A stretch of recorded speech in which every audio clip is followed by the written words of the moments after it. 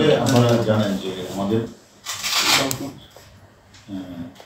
ঝিনাইদহের কালীগঞ্জ থানার 3 বারের নির্বাচিত সংসদ সদস্য আনোয়ার আজিম আনা এমপি মহোদয়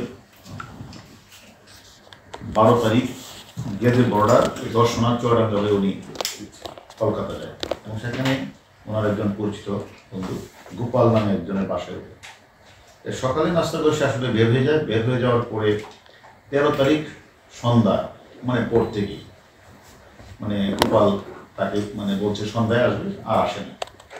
তখন এখান থেকে বাংলাদেশ থেকেও তার মেয়ে বা তার পিএস এরা খোঁজখবর নিচ্ছে, কিন্তু সে টেলিফোনটা ধরছে না। এবং ওই টেলিফোন থেকে যে ওনার টেলিফোন থেকে হোয়াটসঅ্যাপে যে মেসেজগুলি আসতেছে যে আমি এখন দিল্লিতে আছি, আমার সাথে মুখে দেখা হবে, এইরকম মেসেজগুলিও তার পরিবার কিন্তু এটা বিশ্বাস করছে না।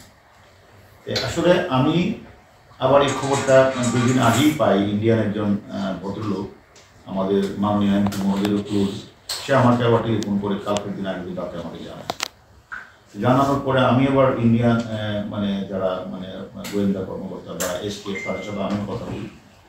আজকে এমপি মহোদয়ের কন্যা সে আমাদের কাছে আসছে যে তার বাবাকে খুঁজে পাচ্ছে না, সে আসছে।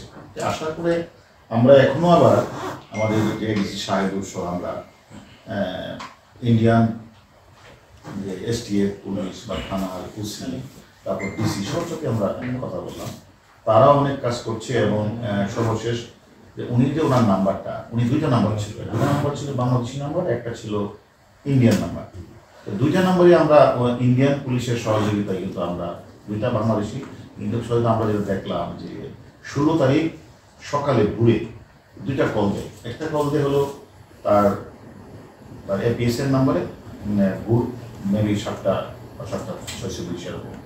আরেকটা কল দেয় হলো তার ঝিনাইদহ জেলা আওয়ামী লীগের সেক্রেটারি মিন্টু ভাইয়ের কাছে। এই 2টা রিং দিয়েছে, এখান থেকে সকালবেলা তো কেউ টেলিফোনটা ধরতে পারেনি। কিন্তু আবার আমরা যখন ইন্ডিয়ান পুলিশের সহায়তা দেখলাম যে ইন্ডিয়ান নামের নাম্বারে যে লোকাল সেটা হচ্ছে মুজাফফরাবাদ অর্থাৎ বিহার। সব কিছু মিলিয়ে আসলে আমরাও বেশি তো খোঁজখবর রাখছি।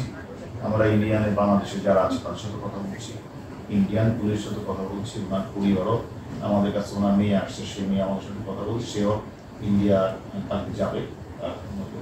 আমরা পুলিশের সাথে কথা বলছি, সবাই আমরা কাজ করছি। জিনিসটা অত্যন্ত আমরা গুরুত্ব দিয়েই আমরা আসলে বিষয় দিয়েছি যে আসলে অ্যাকচুয়ালি কী ঘটনাটা ঘটেছে। যেগুলো বাংলাদেশে না, ইন্ডিয়া, সেখানে আমরা প্রতিনিয়ত ইন্ডিয়ান পুলিশের সাথে এসটিএফের সাথে আমরা যোগাযোগ করছি। আমার উদ্দেশ্যটা হচ্ছে যে আসলে যে কারণটা না, টেলিফোন মাঝে মাঝে খুলে মাঝে মাঝে বন্ধ হচ্ছে, বা ইন্ডিয়ান নাম্বারটাও বন্ধ হচ্ছে, খুলছে, কারা করছে, কি কোনো ব্ল্যাকমেলের শিকার হয়েছে কিনা, সব কিছু এসে আমরা ইন্ডিয়ান পুলিশের সাথে যোগাযোগ করে আমরা এটা বের করার চেষ্টা করছি।